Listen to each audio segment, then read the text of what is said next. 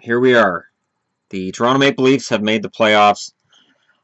I wasn't cheering for the Leafs. I really wanted to see like a fight between Tampa and the Leafs for that last spot go right down to tomorrow. But Connor Brown gets his 20th. Austin Matthews gets his 40th. Now, I remember early in the season, somebody made a comment about how Lanne's goals weren't that important because a lot of them are scored in an empty net. Does that 40th goal count because it's on an empty net? Was a Toronto fan that said Lanne's weren't a big deal because they were empty netters? They're all goals, people. So,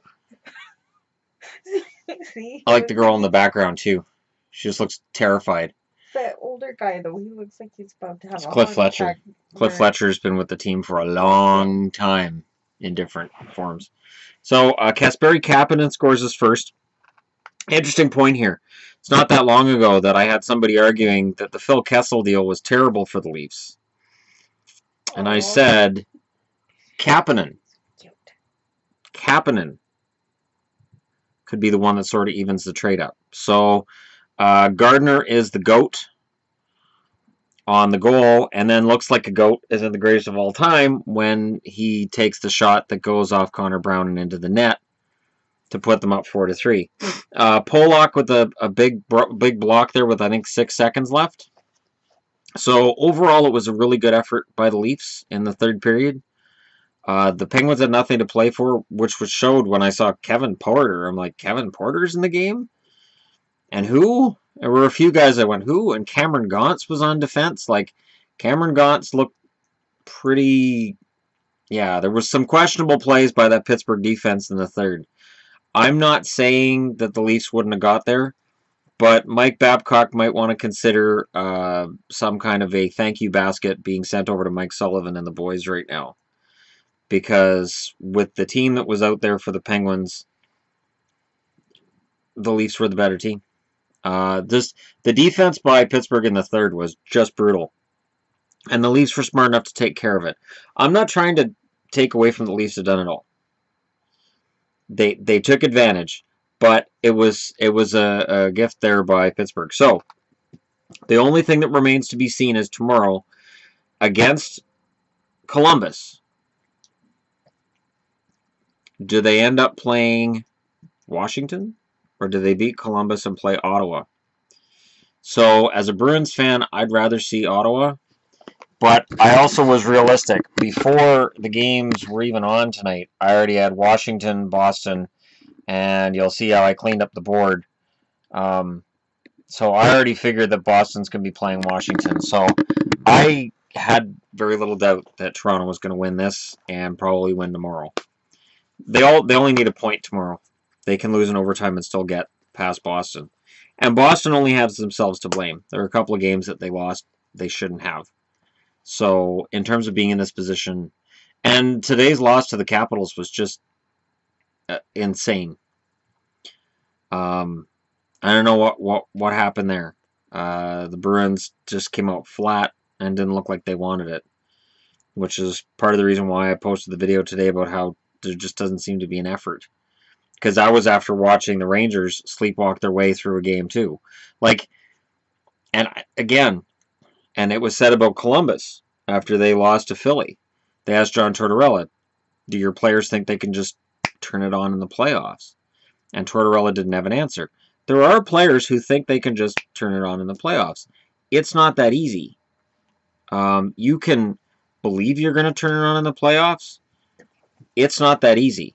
So the fact that the Leafs didn't back in terms of teams that have backed into the playoffs, Columbus is backed in, Minnesota's backing their way in, and I just mean like they're not playing great hockey going into the playoffs. St. Louis, last I saw, they had earned a point. Let me go take a look here before I post it. People are going to be yapping at me otherwise. Because a point would clinch that they finish ahead of Nashville and they get that third spot.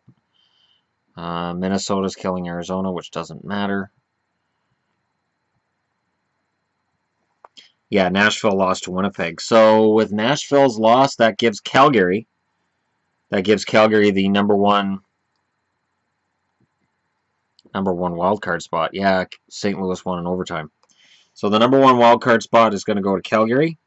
Nashville's officially playing Chicago.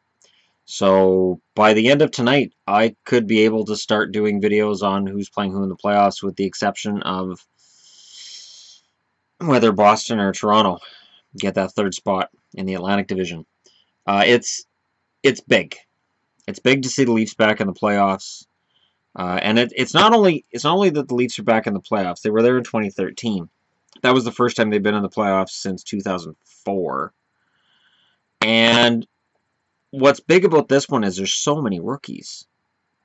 Connor Brown's 20-goal rookie season would be a big deal if it wasn't for Marner, Nylander, and Zaitsev, and Matthews. It's crazy how much depth there is among the rookies. It could create a problem 2 to 3 years down the road when everybody's talking about extensions and the Leafs are trying to figure out how to get everybody under the cap.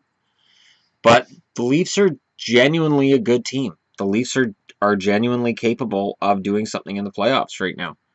So, as a Bruins fan, I want to see them lose to Columbus tomorrow. I'm being completely honest. I don't think they will. I think Columbus is in a tailspin. For Pittsburgh, they had nothing on the line tonight. Malkin wasn't in the lineup. Letang, of course, is out. A bunch of guys out tonight. So, that wasn't Pittsburgh's best team, but I still think they're going to knock out Columbus. That being said, and while all you Leafs fans are partying right now, you've earned it. Absolutely. And from the start of the year, I said this was possible. And this was when people were saying, well, no, they're not going to make the playoffs. They're going to go into a tailspin. Around the midway mark of the year, I had people telling me, well, no, they're the Leafs. They'll fall apart in the second half of the season. And that was even from some Leafs fans saying, oh, they'll fall apart. They haven't. And it doesn't look like they're going to. I genuinely think that in the playoffs, they're going to give teams trouble. And if they end up playing Ottawa, they'll knock Ottawa out. I really believe that. And it was important tonight, too, that McElhinney came in, and there was no drop-off in terms of the quality of goaltending. And McElhinney made some damn good saves in that 3rd period. So if Anderson's not able to do it, if Anderson gets hurt, if something happens, you know McElhinney can do it. So if you're a Leafs fan, it's a big night for you guys. It is absolutely a big night for you guys. If you're a fan of other teams in Canada, you might be gritting your teeth a little bit because we got to hear about Toronto for the next 6 months, no matter what happens. And, you know, people are going to start planning parades, not for this year, but in the next 3 to 5 years. And they might be right. So, at any rate, congratulations to the Maple Leafs on making it back to the playoffs. Much like I did with the Oilers, I'm being absolutely diplomatic here. They've earned it. They're a damn good team.